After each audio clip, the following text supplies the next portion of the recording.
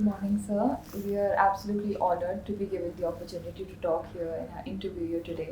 Thank you for your valuable time. I am Yashvi Mittal, the Editor-in-Chief of Manav Rachna Sector 46, Gurugram. This is Arav from 11th, this is Rishik from 9th grade, and that is Vivan from grade 10.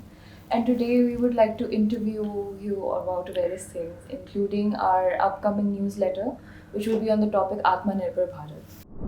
So, starting off with our first question, could you please walk us through your professional journey, the key milestones that have brought you here today, and what are the core values that have kept you motivated along the way? See, when I was studying, I was never interested in coming into education space.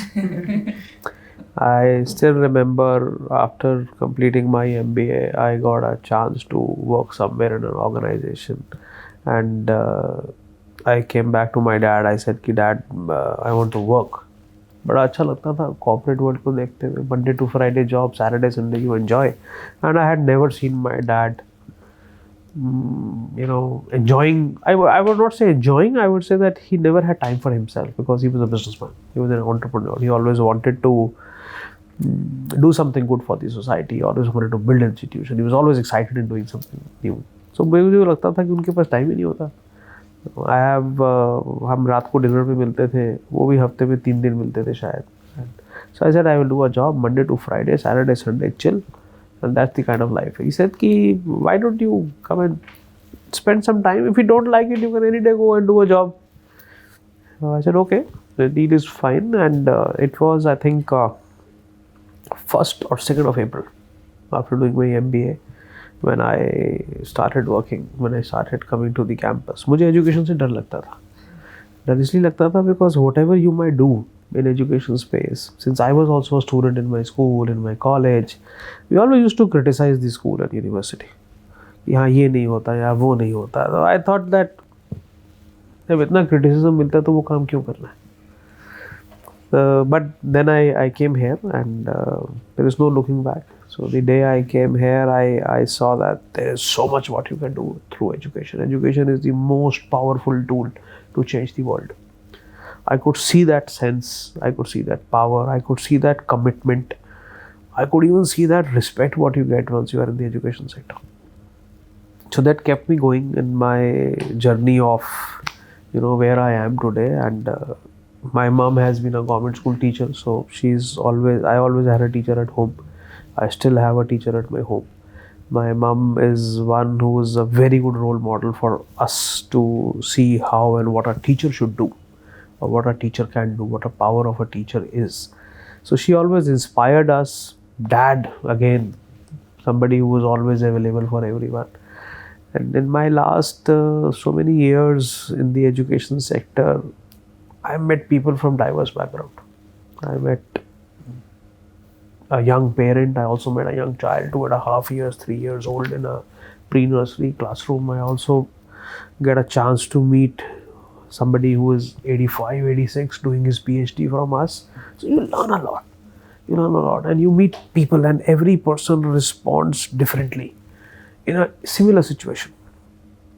So that is the best part of being around people instead of being around plant and machinery. So if I would have started up some industry, I would have been around, quality manuals. I would have been around plant, machinery, technology. Though we did that, during my graduation, I was instrumental in running our industry as well. So I got some chance to work with my dad. We had an industry for plastic molding units.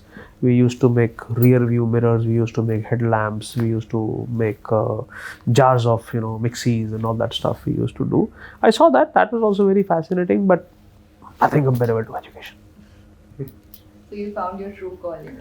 I would say it was not true calling because I never wanted to be here, but when I entered into this space, I saw the real side of education, that what is it that you can do. And when I got into it, I was really in love with this, and I'm still in love with this. If somebody asks me that when do you take vacation, I always say that my vacation is when I'm in my office, because I love doing my work. I love contributing. And I feel that you can do great work being in an educational institution. There is no other place better than an educational institution to learn for anybody and everybody. We understand your passion for sports and that you wear multiple hats in the national sports ecosystem. Which sport do you like the most? See, I like playing badminton. I like playing shooting. I do shoot. I play badminton.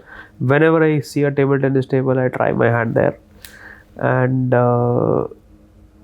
my journey in sports started when I first went to witness the Commonwealth Games opening ceremony, 2010.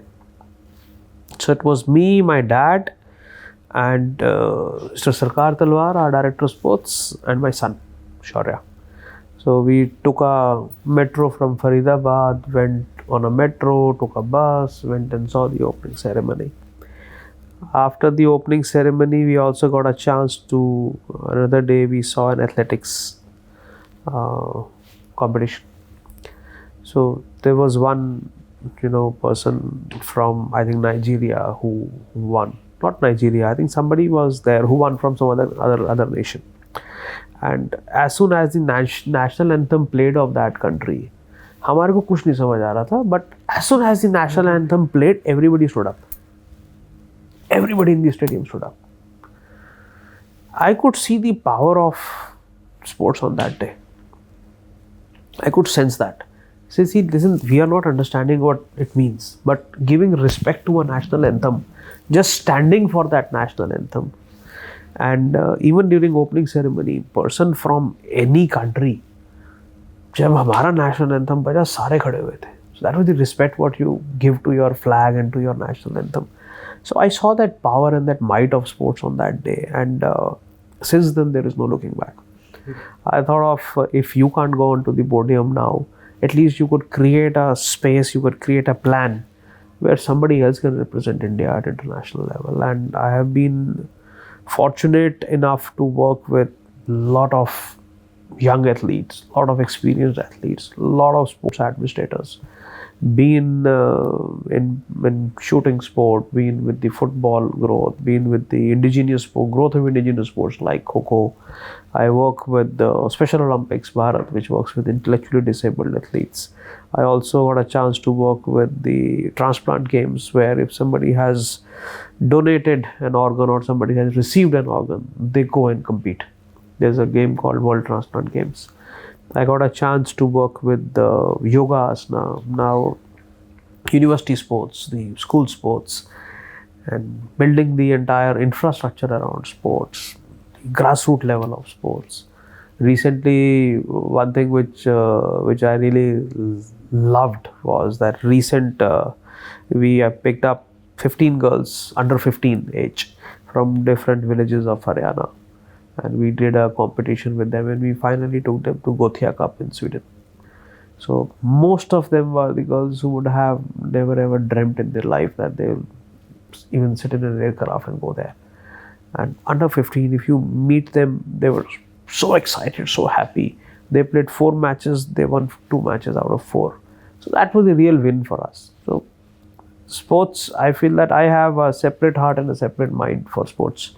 One is taking care of one sect of my heart and mind works for education, and the other one totally works for sports. So how has this passion for sports shaped your philosophy of education? I have a lot of friends in the sports ecosystem who have been very, very successful. And I have also seen few friends who have actually struggled. I have seen a lot of administrators in sports.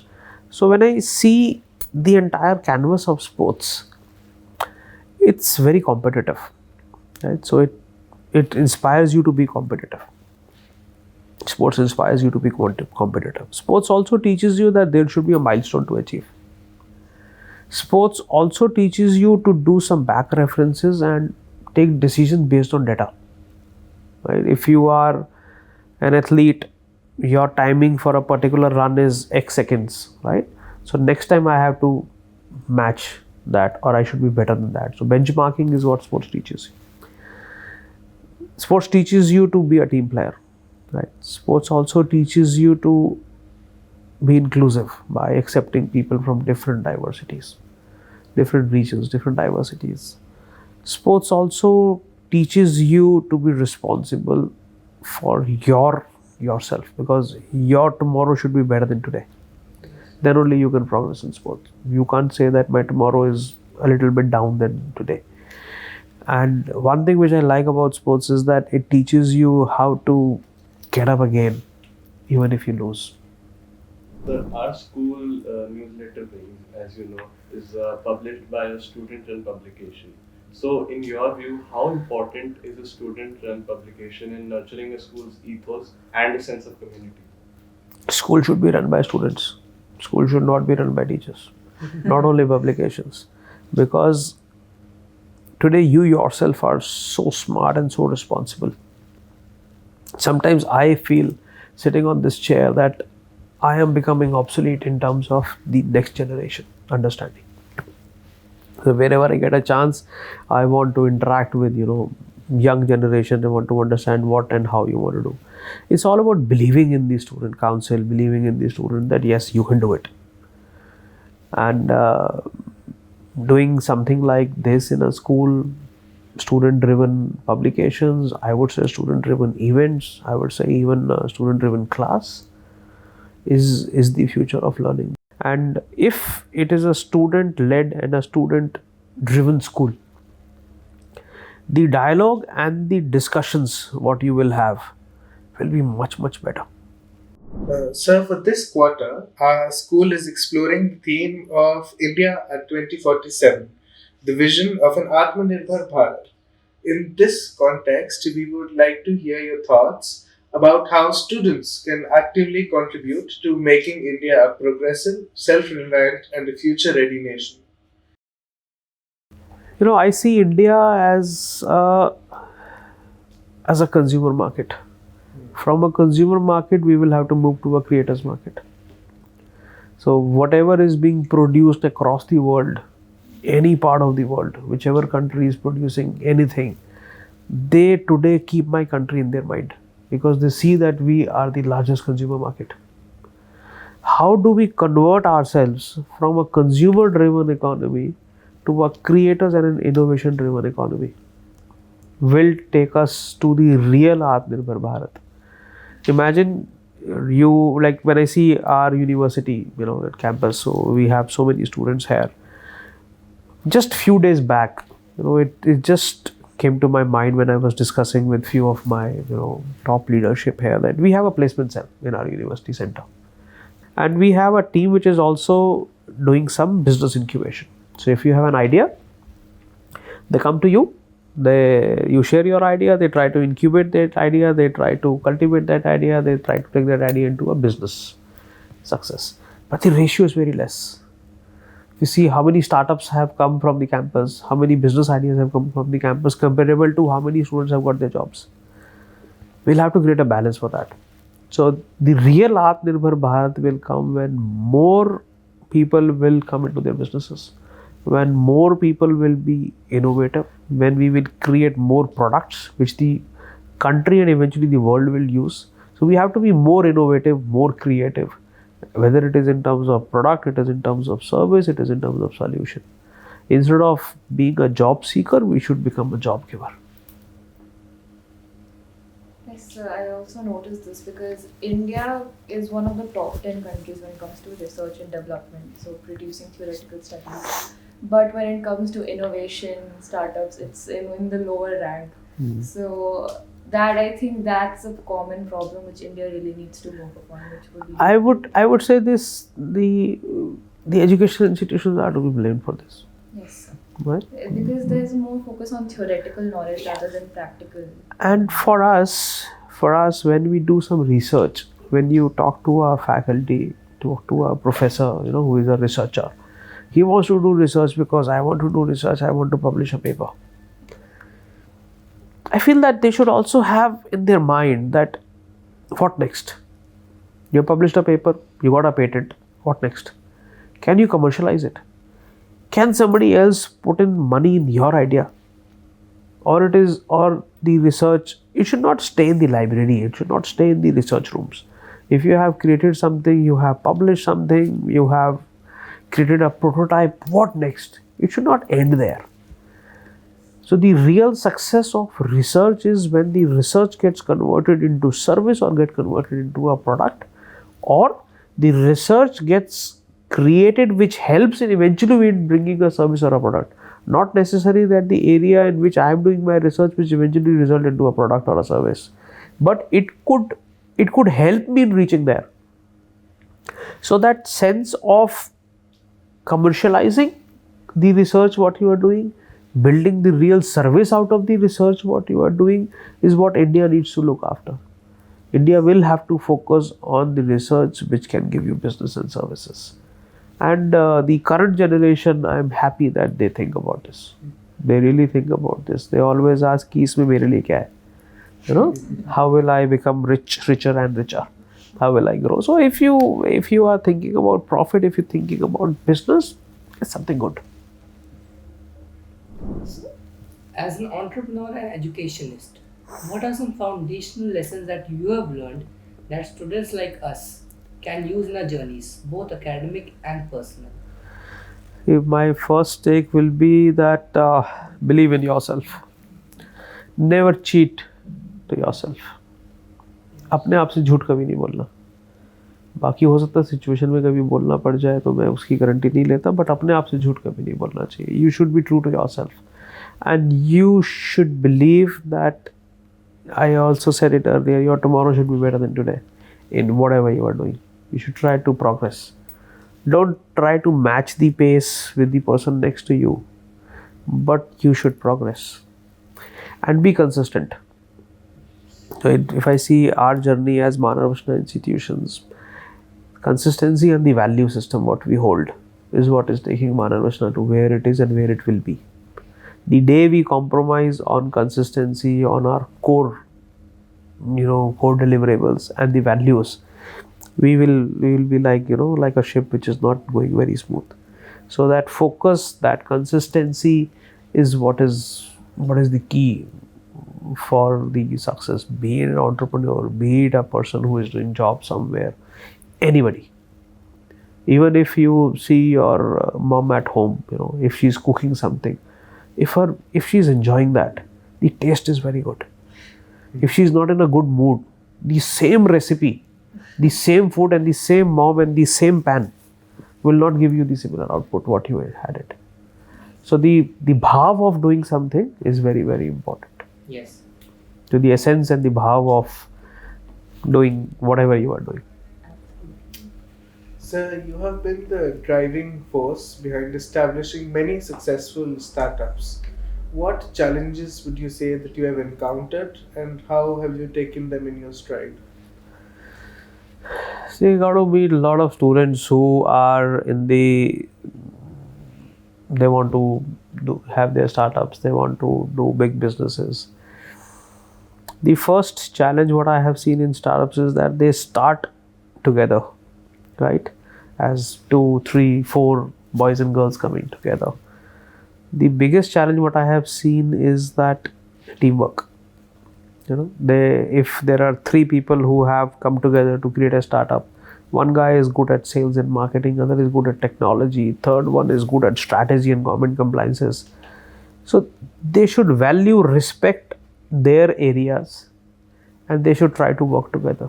In my journey, in most of my startups, I have seen that when we start, there are 3 or 4, but when we end or in the middle of the journey, you find them getting splitted. That is one challenge what I have seen in startups. Second thing, they also want to make quick money. They sometimes compromise on their product. If they go to a customer, the customer tells them, I don't want this, I want this. So because they are in that phase where they don't have business with them, they try to be very agile. ठीक है sir, हम आपके लिए ये भी कर देंगे. So what not to do is again very important rather than knowing what to do in a startup. So tomorrow if you go to a McDonald's and you ask them, I want to eat a masala dosa, will he make it for you? No. So this is what startups do. Okay, I'll try to do this. I have a skill set. Okay, if you want a mobile app, I'll make a mobile app. You're not a software development company. You are a gaming company. Stick to your gaming business. So sticking to that area of operations, and deciding what not to do is what startups should learn. The other thing what I see in startups is that they're very scared of sharing. They're very scared of collaboration because they feel that this idea is some great idea which somebody else will copy. होता भी है, ऐसा नहीं होता, it happens, but unless and until you share your thoughts, you share your ideas, you don't have new dimensions coming into your ideas. So that is also one area where I have seen that startups actually struggle. So we need to have certain forums where they can come, they can share, they can get some mentoring, they can get some inputs from people from similar sector or diverse sector, so that it's like you are seeing something from a different angle. So this is what the startups are missing. But the way India is growing, I'm seeing some amazing startups coming up from tier 2 and tier 3 cities. They have some fantastic solutions what they are bringing up. So the future of India is very bright when it comes to startups and enterprises coming in. Sir, as you know, our school continually makes contributions to the initiative Ek Muthi Daan. So could you share whose brainchild this idea was and how it took concrete shape? See, it started when we started our foundation. When we lost our founder, after that we made a foundation with this name, and this was first project which we took in addition to few more initiatives what we did. So it was like the power of one, कि एक अकेला आदमी लोग कहते हैं कुछ नहीं कर सकता. So it's like power of one. Even if you put up one muthi of rice every day in a grain, it's very easy for you to do it sitting at home. If you open up something, okay, I'll put up this 1 spoon every day, and after a year you will find that you have at least 10, 12, 15 kgs of rice. Taking this out from your main grain box might not impact you that much, but this collection will impact somebody. So this was the thought which was started, and our chief patron, my mom, Satya Bhalla ji, she was the one who initiated this, that let's create this, that we start collecting it and we start giving it to different NGOs, to different people, that nobody sleeps hungry.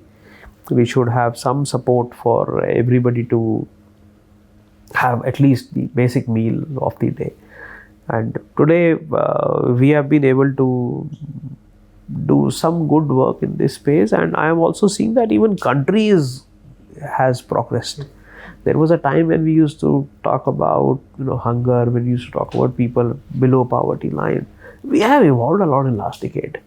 We have seen a lot of economic growth in the country, and initiatives like these also help a lot. And there are a lot of corporates, not only Manav Rachna Institution, who are actually doing some great work for the country, for the nation building, doing a lot of charity, lot of philanthropy. And I'm a very firm believer that in India there are a lot of people who want to donate. अगर हमारे में देने वाला भाव नहीं होता तो इतने सारे मंदिर गुरुद्वारे बनते नहीं और उनके खजाने भरे हुए नहीं होते. They have a lot of money, because people want to give, but they don't know the right address where to give. So therefore they decide that I leave it up to God. Now you decide where you want to spend the money. So there are the intent and the capacity to donate is there in India. The kind of donations what you see in India is just amazing.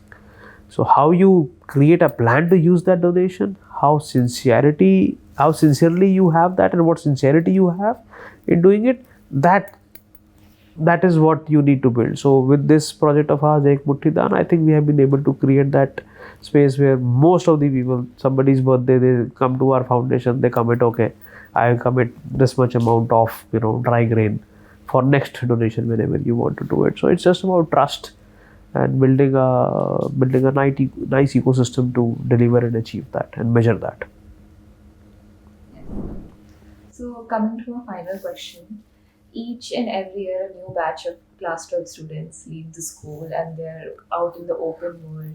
So what words of courage and hope would you like to give to this year's batch? See, the first hope, courage is that the world is yours. Believe in yourself. Nobody else will create this India other than you. There is nobody else who is to be blamed. There is nobody else who will take this country forward other than you. Second, be committed to yourself. Work for yourself. Work for your success. Have your benchmarking. Have your goals. Achieve those goals. Most important, respect country, respect parents, respect the value system what we have.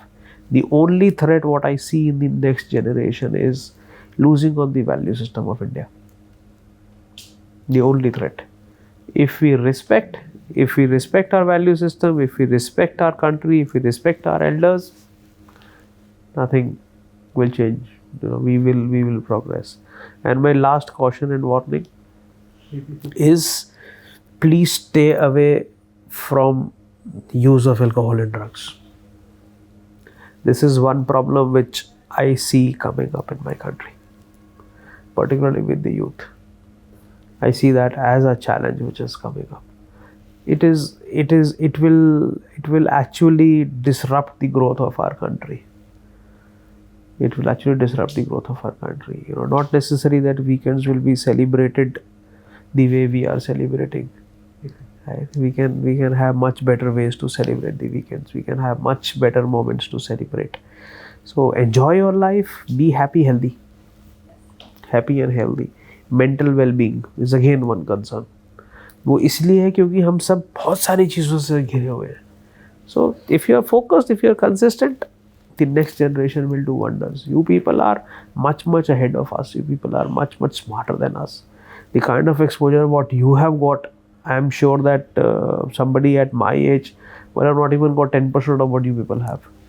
So nobody can stop your growth. Nobody can stop your growth. The only concern is the negative side of the culture.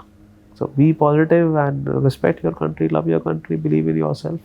You guys will do very well.